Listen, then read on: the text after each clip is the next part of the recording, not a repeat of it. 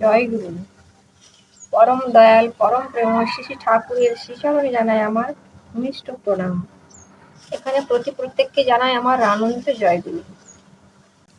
আজ আমরা ইষ্ট প্রসঙ্গে আলোচনা করতে চলেছি সংসারে থেকেও আমরা কিভাবে ঠাকুরকে ধরে চলব। দেখুন, পরম প্রেমময় ঠাকুর জীবনটাকে এত সহজ করে দিয়েছেন যে সেটা যদি আমরা একটু বুঝে নিই তাহলে আর কোনো চিন্তা থাকে না। বিশেষ করে আমাদের মতো যারা সংসারে আছি তাদের জন্য তার এই 3টি কথা যেন অমৃতের মতো। আপনারা অনেকেই তো জানতে চান কিভাবে সংসার আর ধর্ম একসঙ্গে করা যায়। ঠাকুর এর জন্য 3টি মন্ত্র দিয়েছেন। এই 3টি হলো আমাদের জীবনের ভিত্তি।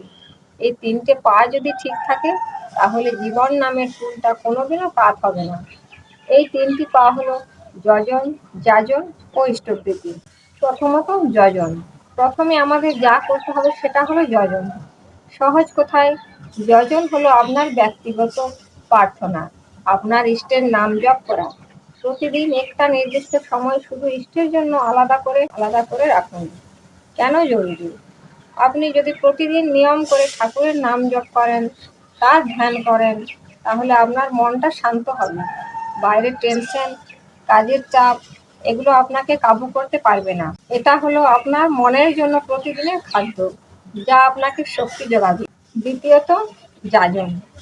সহজ কথায় যাজন মানে হলো ইষ্টের আদর্শ বা তার কথা অন্য মানুষের কাছে পৌঁছে দেওয়া। মানে আপনি যা ভালো জিনিস শিখেছেন তা আপনার বন্ধু, প্রতিবেশী বা পরিবারের মধ্যে প্রচার করা। কেন জরুরি? যখন আপনি অন্যকে ঠাকুরের পথে চলার জন্য উৎসাহিত করেন তখন আপনার নিজের বিশ্বাস আরও মজবুত হয়। আপনি নিজে যা মানেন তা অন্যকে বোঝাতে গিয়ে আপনি নিজেই আরও বেশি পরিষ্কারভাবে বুঝতে পারেন। এর ফলে আপনার নিজের জীবনেও আনন্দ বাড়ে। তৃতীয়ত ইষ্টবৃত্তি। ইষ্টবৃত্তি খুবই গুরুত্বপূর্ণ একটা জিনিস। সহজ কথায় ইষ্টবৃত্তি হলো আপনি যা উপার্জন করেছেন তার একটা অংশ নিয়মিতভাবে ইষ্টের সেবায় বা জনকল্যাণে সমর্পণ করা। কেন জরুরি?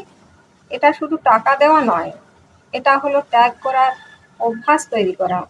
এর ফলে ধনসম্পদের প্রতি আপনার যে অতিরিক্ত লোভ বা আসক্তি সেটা কমে আসে। যখন আপনি ঠাকুরের জন্য ত্যাগ করেন তখন আপনার উপার্জিত অর্থ এবং আপনার কর্ম দুটোই পবিত্র হয়ে ওঠে। দেখুন, ঠাকুর বলেছেন এই 3টি কাজকে যদি আমরা প্রতিদিনকার অভ্যাসের মধ্যে ঢুকিয়ে দিই তাহলে আমাদের জীবন সফল হবে। তাহলে সংসার করতে আমাদের আর কোনো কষ্ট হবে না। তাই আসুন আমরা সবাই মিলে এই 3টি পথ ধরেই চলি। এইভাবে যদি আমরা চলতে পারি তাহলে আমরা সংসার থেকেও জীবনটাকে অতি সুন্দর করে তুলতে পারব। এই বলে আজকে আমার ইষ্ট প্রসঙ্গ শেষ করছি। জয় গুরু। আজকের ভিডিওটি ভালো লাগলে একটা লাইক, কমেন্ট এবং শেয়ার করে দেবেন এবং চ্যানেলটিতে যদি নতুন হয়ে থাকেন একটা সাবস্ক্রাইব করে দেবেন।